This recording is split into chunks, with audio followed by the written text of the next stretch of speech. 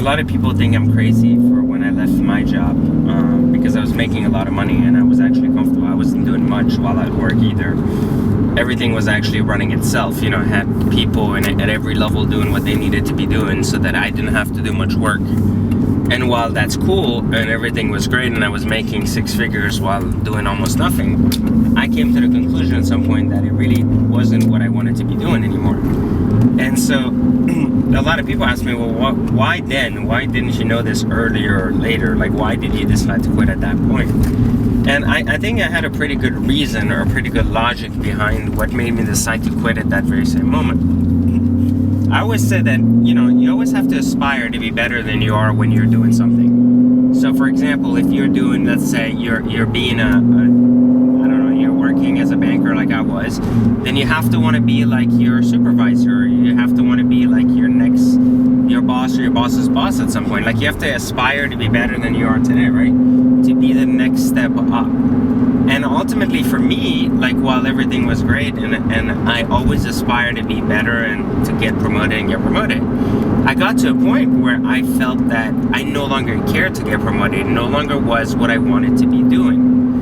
And so, since it was no longer what I wanted to be doing on any level, I kind of looked at my life and decided to look at two components to decide if it was indeed the right fit for me to stay or not.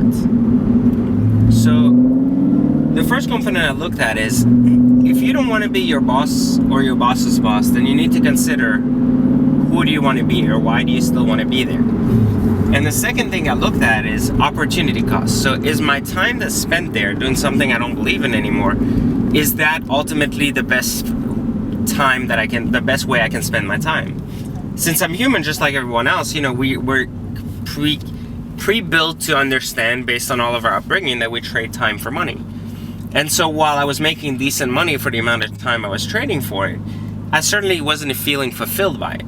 And also, I didn't believe at all in my immediate supervisor's leadership, nor his boss's leadership, which I thought were very weak, and not only weak, but were almost malicious in essence, because they were trying to do things ultimately through their leadership that I didn't agree with at all. So not only I didn't agree in their investment in human capital, I didn't agree in their strategies used, and I didn't agree with their expertise, and I wanted nothing to do with them nor be like them. So I decided for myself that since I didn't want to be like them, then what was the point of staying there and doing the same thing over and over, hoping that something different would happen? I was resistant to change instead of being adaptable to it. So I started showing myself that I just didn't care anymore.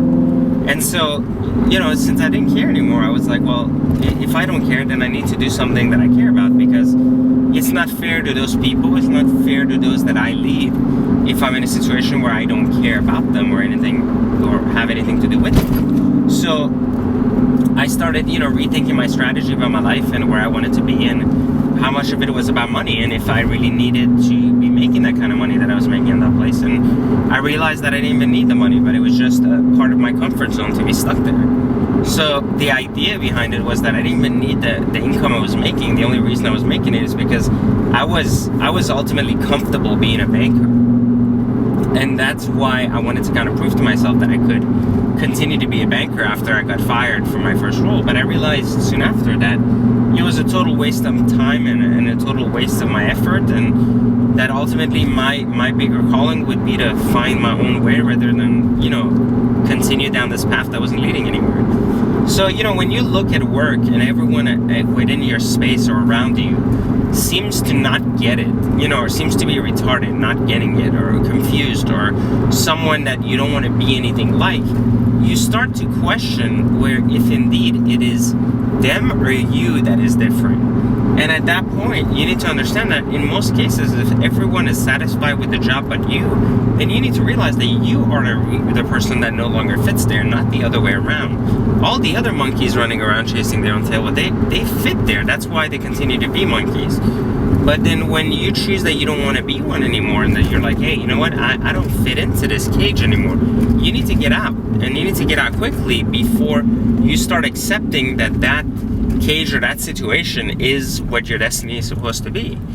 I mean, I had situations where I had my boss actually trying to make us believe that our legacy was to increase sales for a bank. I mean, imagine how ignorant you gotta be if you truly believe that your legacy is to increase numbers for a bank. It's so ludicrous that it doesn't make any sense. Like, I mean, like, to think that you would be someone as free-spirited and as, you know, great, as someone who analyzes and very analytical towards leadership, and to sit there and actually believe that everyone in the room is like nodding their head like, wow, this is amazing.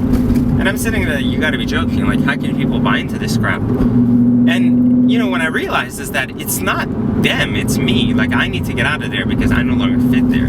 And so the same can be said for anything you do in life. I mean, when you get to a point where you're doing things senselessly without purpose anymore, and you don't believe in them, then perhaps the time has come for you to move on to something else, something newer, something different. Even if it's not always better on the monetary side, it can always be better on the back end. You just have to find what fits within your life and what it is you really want to be doing, and then grow from there. I really don't think you should stay doing something you don't believe in anymore, because even though you might do it at first and be like, oh well, I need the money, the longer you stay in it, the less pushed you'll feel to moving on and finding something else, and then the more you'll feel obligated to continuously do what you don't love doing. So I'm not telling you to go out there and just do what you love, but rather find something that you can do with purpose so that eventually can take you to the next step. And if you feel like there is no next step, then perhaps you're in the wrong place to begin with.